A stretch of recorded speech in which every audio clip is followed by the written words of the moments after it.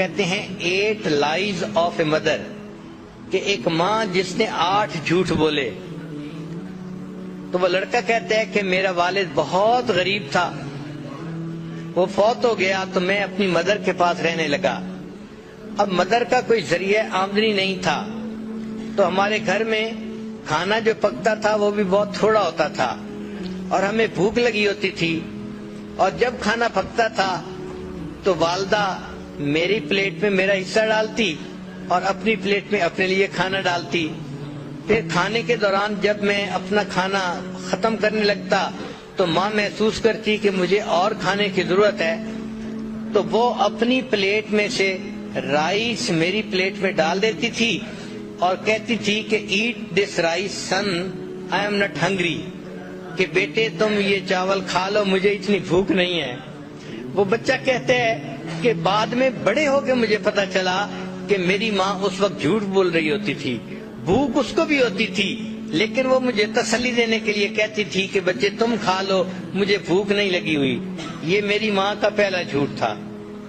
وہ کہتے ہیں کہ پھر چونکہ ہمیں کھانے میں کوئی اچھی نیوٹریشن نہیں ملتی تھی، تو جب ویکینڈ آتا تھا تو میری والدہ مجھے قریب میں ایک ریور تھا وہاں لے جاتی تھی، اور وہاں پہ ہم فشنگ کرتے تھے تاکہ اگر ہمیں کوئی فش مل جائے تو ہم اس فش کو گھر میں پکائیں اور کوالٹی فوڈ مل جائے. وہ کہتے ہیں کہ ایک دن میں نے 2 فشز پکڑی، ان کو لے کے جب گھر آئے تو میری والدہ نے ان کو کوک کیا اور مجھے کھانے کے لیے دونوں دے دیں. وہ کہنے لگا کہ میں بیٹھ کے والدہ کے ساتھ فش کا کباب کھانے لگ گیا، اور چونکہ فش 2 تھیں اور زیادہ سارے کباب تھے تو میں اس طرح سے کھا رہا تھا کہ جو فش کی بون تھی ان کے ساتھ بھی کچھ میٹ لگا ہوا تھا. تو میں کھا کے رکھتا جا رہا تھا. میری والدہ آ کے میرے پاس بیٹھ گئیں اور اس نے وہ جو بونز تھی وہ اٹھا کے ان کے ساتھ جو میٹ تھا وہ کھانا شروع کر دیا.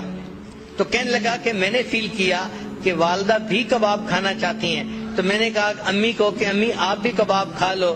تو میری ماں نے کہا کہ نہیں بیٹا، fish eat this fish son because I don't like it. میں فش کھانا اتنا پسند نہیں کرتی، تم فش کا کباب کھا لو. اور یہ میری ماں کا دوسرا جھوٹ تھا. حالانکہ فش اسے پسند تھی اور وہ بچے ہوئے اس کی جو ہے نا میٹ کو بون سے کھا رہی تھی. پھر وہ کہتے ہیں کہ میں بڑا ہوا، اسکول گیا. پھر ایک دن آیا کہ میری والدہ مجھے امتحان کے لیے لے کر گئی. میں کمرے کے اندر امتحان دینے میں مصروف تھا، گرمی تھی اور میری والدہ باہر بیٹھی ہوئی تھی. باہر میری والدہ نے میرے لیے ایک کولڈ ڈرنک جو ہے نا گلاس میں ارینج کیا.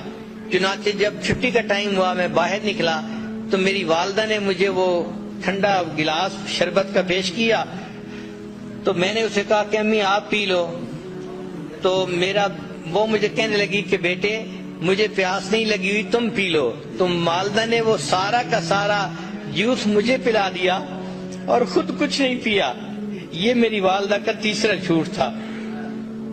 پھر کہتے ہیں کہ جب میں ذرا بڑا ہوا تو میرے اسکول کے ایکسپینسز بھی تھے، تو اب والدہ کو کوئی نہ کوئی کام کرنا تھا.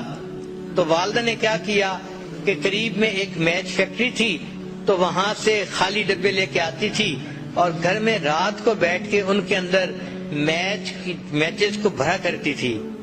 چنانچہ ایک رات میں نے دیکھا کہ والدہ ساری رات جو ہے وہ بیٹھ کے کام کرتی رہی کہ تاکہ اس سے کچھ پیسہ ملے اور میرا خرچہ چلے. کہتے ہیں صبح کے وقت جب میری آنکھ کھلی تو میں نے دیکھا تو میں نے امی سے کہا کہ امی آپ سو جائیں. تو ماں نے مجھے دیکھ کے کہا کہ go to sleep my dear son, I am not tired, کہ بیٹے تم سو جاؤ، میں ابھی تھکی ہوئی نہیں ہوں.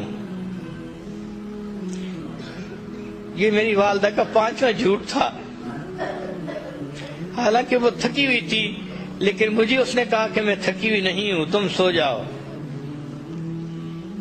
پھر وہ کہتا ہے کہ میں نے اسکول میں اچھی پرفارمنس دکھائی، اس کے اوپر مجھے اسکالرشپ مل گیا اور مجھے امریکہ کی ایک بہترین یونیورسٹی میں داخلہ مل گیا. تو میں اپنے گھر سے امریکہ شفٹ ہو گیا. وہ کہتے ہیں کہ جب میں پڑھنے کے لیے وہاں چلا گیا تو فون پہ میری والدہ مجھے کہتی رہتی اپنا خیال رکھنا، اپنی پڑھائی کا خیال رکھنا، یہ کرنا وہ کرنا. وہ کہتے ہیں کہ پڑھنے کے بعد پھر مجھے ایک جاب مل گئی تو میں نے ایک گھر بھی کرائے پہ لے لیا اور اس کے بعد پھر میں نے شادی کا بھی پروگرام بنا لیا، حتیٰ کہ میری شادی ہو گئی تو میں نے اپنی والدہ کو بتایا تو والدہ نے کہا کہ بیٹا تم اپنی بیوی کو خوش رکھنا اور اپنے گھر میں خوشی سے زندگی گزارنا۔ میں نے والدہ سے کہا کہ امی آپ یہاں آ جائیں، ہم میاں بیوی اکیلے ہیں، آپ ہمارے پاس آ کر رہیں، ہمیں آپ کی جو ہے وہ کمپنی بھی مل جائے گی اور میں آپ کے لیے اداس بھی ہوں۔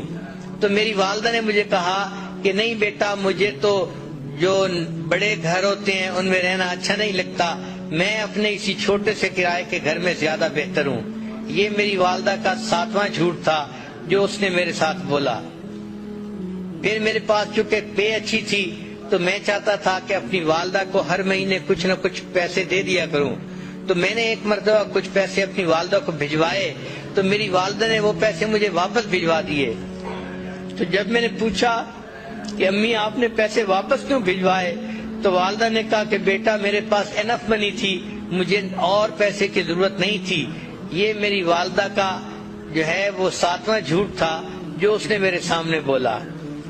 پھر کچھ ایسے دن گزرے کہ والدہ نے فون میں مجھ سے رابطہ نہیں کیا تو میں بھی پریشان تھا کہ 3-4 مہینے ہو گئے والدہ سے فون پہ کبھی تسلی سے بات نہیں ہوئی۔ کہنے لگے کہ پھر ایک دن ذرا میں نے جب زیادہ فون کیا تو مجھے پتا چلا کہ میری والدہ بیمار ہیں اور ہاسپٹلائز ہیں۔ وہ کہتے جب مجھے یہ پتا چلا تو میں ٹکٹ بنوا کے فوراً اپنے گھر آ گیا۔ میں ہاسپٹل گیا، میں نے جب اپنی والدہ کو دیکھا تو میری والدہ بالکل ہڈیوں کا ڈھانچہ بن گئی تھی، اس نے بہت سارا ویٹ لوز کر لیا تھا۔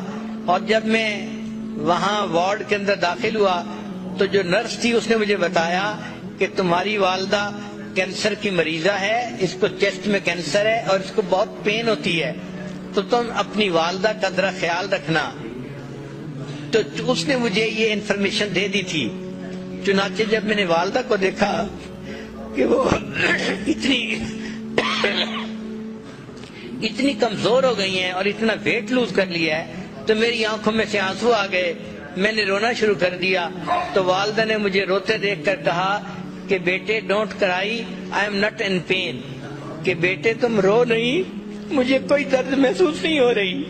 وہ کہتے ہیں کہ یہ 8واں جھوٹ تھا جو والدہ نے میرے سامنے بولا، اور پھر میری آنکھوں کے سامنے والدہ نے آخری ہچکی لی اور وہ فوت ہو گئی۔ تو ماں کس طرح اپنے غم اپنے بچوں سے چھپاتی ہے، خود قربانی دیتی ہے، بچوں کو پتہ نہیں چلنے دیتی۔ یہ وہ محبت ہے جو اللہ نے ماں کے دل میں اولاد کی ڈال دی ہے۔ یہ رحیمیت کی وہ صفت ہے کہ اصل میں تو رحمت اللہ تعالیٰ کے پاس ہے۔